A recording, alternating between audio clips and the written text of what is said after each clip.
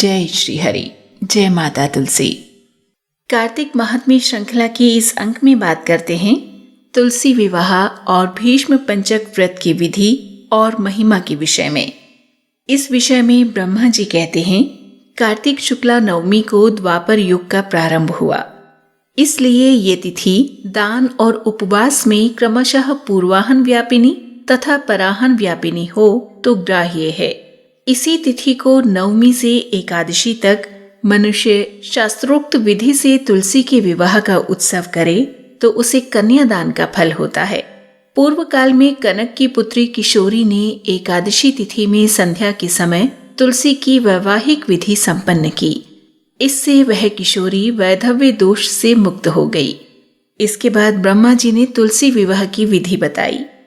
1 तोला सुवर्ण की भगवान विष्णु की सुंदर प्रतिमा तैयार करावें अथवा अपनी शक्ति के अनुसार आधे या चौथाई तोले की ही प्रतिमा बनवा लें। फिर तुलसी और भगवान विष्णु की प्रतिमा में प्राण प्रतिष्ठा करके स्तुति आदि के द्वारा भगवान को उठावें। पुनः पुरुष सूक्त के मंत्रों द्वारा षोडशोपचार से पूजा करें। पहले देश काल का स्मरण करके गणेश पूजन करें, फिर पुण्याह वाचन कराकर नांदी श्राद्ध करें। तत्पश्चात वेद मंत्रों के उच्चारण और बाजे आदि की ध्वनि के साथ भगवान विष्णु की प्रतिमा को तुलसी जी के निकट लाकर रखें। प्रतिमा को वस्त्रों से आच्छादित किए रहें। उस समय भगवान का इस प्रकार आवाहन करें, आगच्छ भगवन् देव अर्चिष्यामि केशव तुभ्यं दास्यामि तुलसीम सर्व काम प्रदो भव। अर्थात भगवान केशव, आइए देव, मैं आपकी पूजा करूंगा, आपकी सेवा में तुलसी को समर्पित करूंगा, आप मेरे संपूर्ण मनोरथों को पूर्ण करें। इस प्रकार आवाहन के पश्चात 3 बार अर्घ्य, पाद्य और विष्टर का उच्चारण करके इन्हें बारी बारी से भगवान को समर्पित करें। फिर आचमन के पद का 3 बार उच्चारण करके भगवान को आचमन करावें।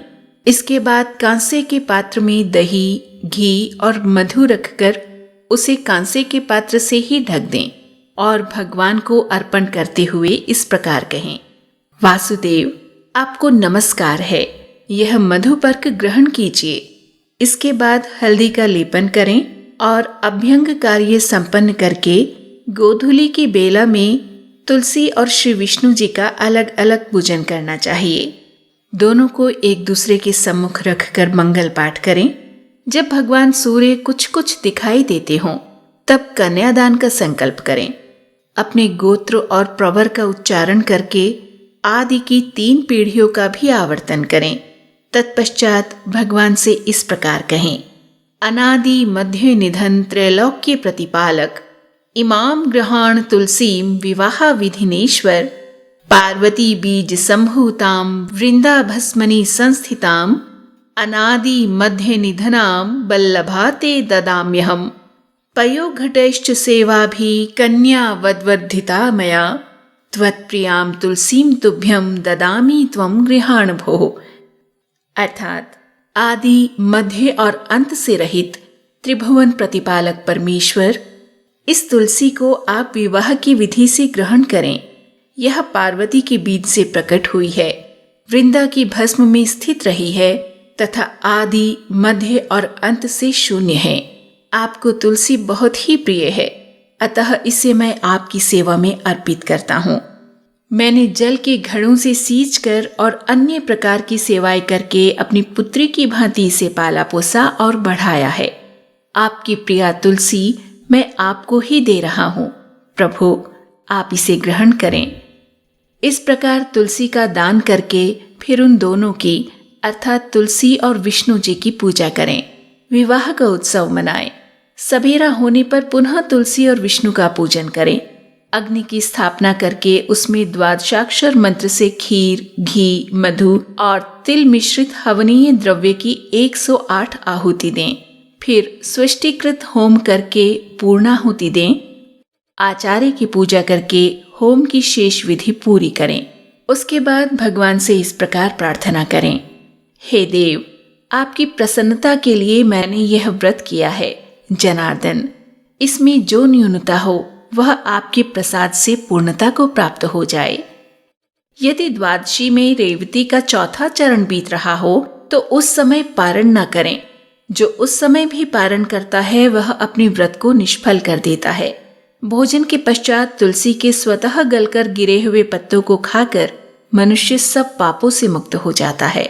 भोजन के अंत में ईख, आंवला और बेर का फल खा लेने से उच्छिष्ट दोष मिट जाता है।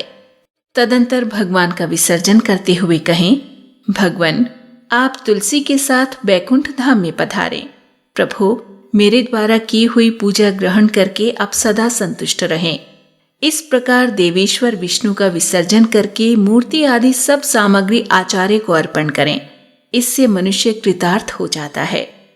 कार्तिक शुक्ल पक्ष में एकादशी को प्रातःकाल विधि पूर्वक स्नान करके 5 दिन का व्रत ग्रहण करें।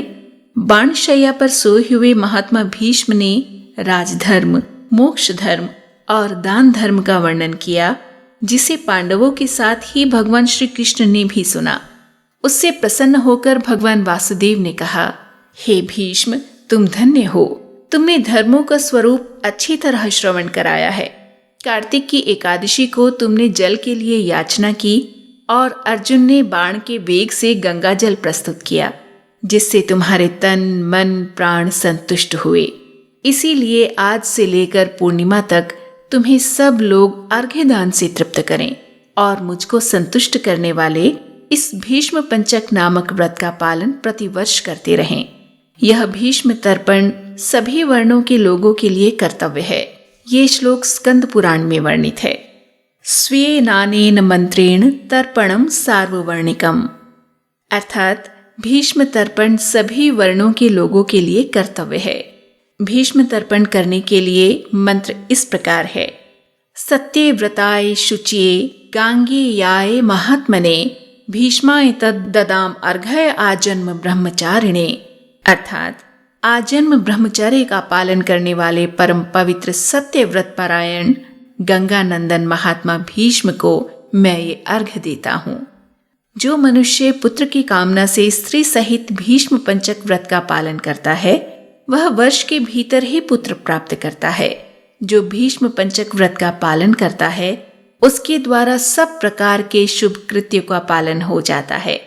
यह महापुण्यमय व्रत महापातकों का नाश करने वाला है। अतः मनुष्यों को प्रयत्न पूर्वक इसका अनुष्ठान करना चाहिए। इसमें भीष्म जी के लिए जलदान और अर्घ्यदान विशेष यत्न से करना चाहिए। जो इस मंत्र से भीष्म जी के लिए अर्घ्यदान करता है वह मोक्ष का भागी होता है। अर्घ्य मंत्र है, वैयाघ्रपद गोत्राय सांकृत प्रवराय च अपुत्राय ददाम्येत दुदकम भीष्म वर्मणे वसूनाम वताराय शंतनोरात्मजाय च अर्घयम ददामि भीष्माय आजन्म ब्रह्मचारिणे। जिनका व्याघ्रपद गोत्र और सांकृत प्रवर है उन पुत्र रहित भीष्म वर्मा को मैं यह जल देता हूँ।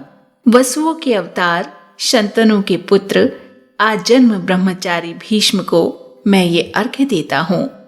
पंचगव्य सुगंधित चंदन के जल, चंदन, उत्तम गंध और कुमकुम के द्वारा भक्ति पूर्वक सर्व पापहारी श्री हरि का पूजन करें।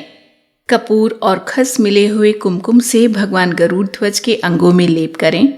सुंदर पुष्प एवं गंध, धूप आदि के द्वारा भगवान की अर्चना करें। 5 दिनों तक भगवान के समीप दिन रात दीपक जलता रहे। देवाधिदेव भगवान के लिए उत्तम से उत्तम नैवेद्य निवेदन करें। इस प्रकार भगवान की पूजा अर्चा, ध्यान और नमस्कार के पश्चात ओम नमो भगवते वासुदेवाय इस मंत्र का 108 बार जप करें। फिर घी मिलाए हुए तिल, चावल और जौ आदि के द्वारा स्वाहा विशिष्ट षडक्षर अर्थात ओम रामाय नमः इस मंत्र से आहुति दें।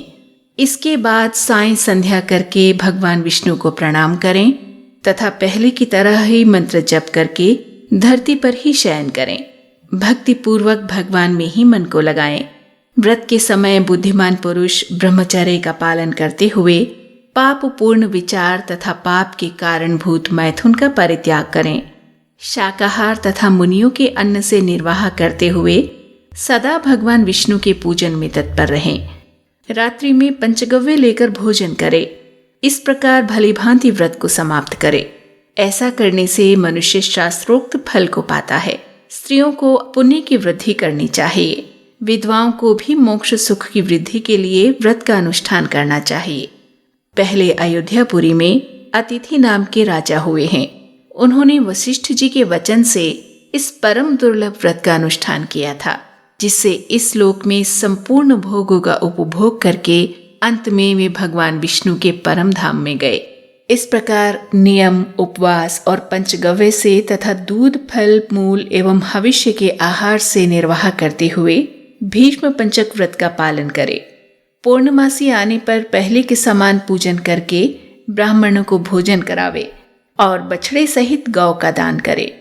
एकादशी से लेकर पूर्णिमा तक 5 दिनों का भीष्म पंचक व्रत समस्त भूमंडल में प्रसिद्ध है। अन्न भोजन करने वाले पुरुष के लिए यह व्रत नहीं कहा गया है। इसमें अन्न का निषेध है। इस व्रत का पालन करने पर भगवान विष्णु शुभ फल प्रदान करते हैं। जय श्री हरि, जय मां तुलसी, जय श्री राधे रानी।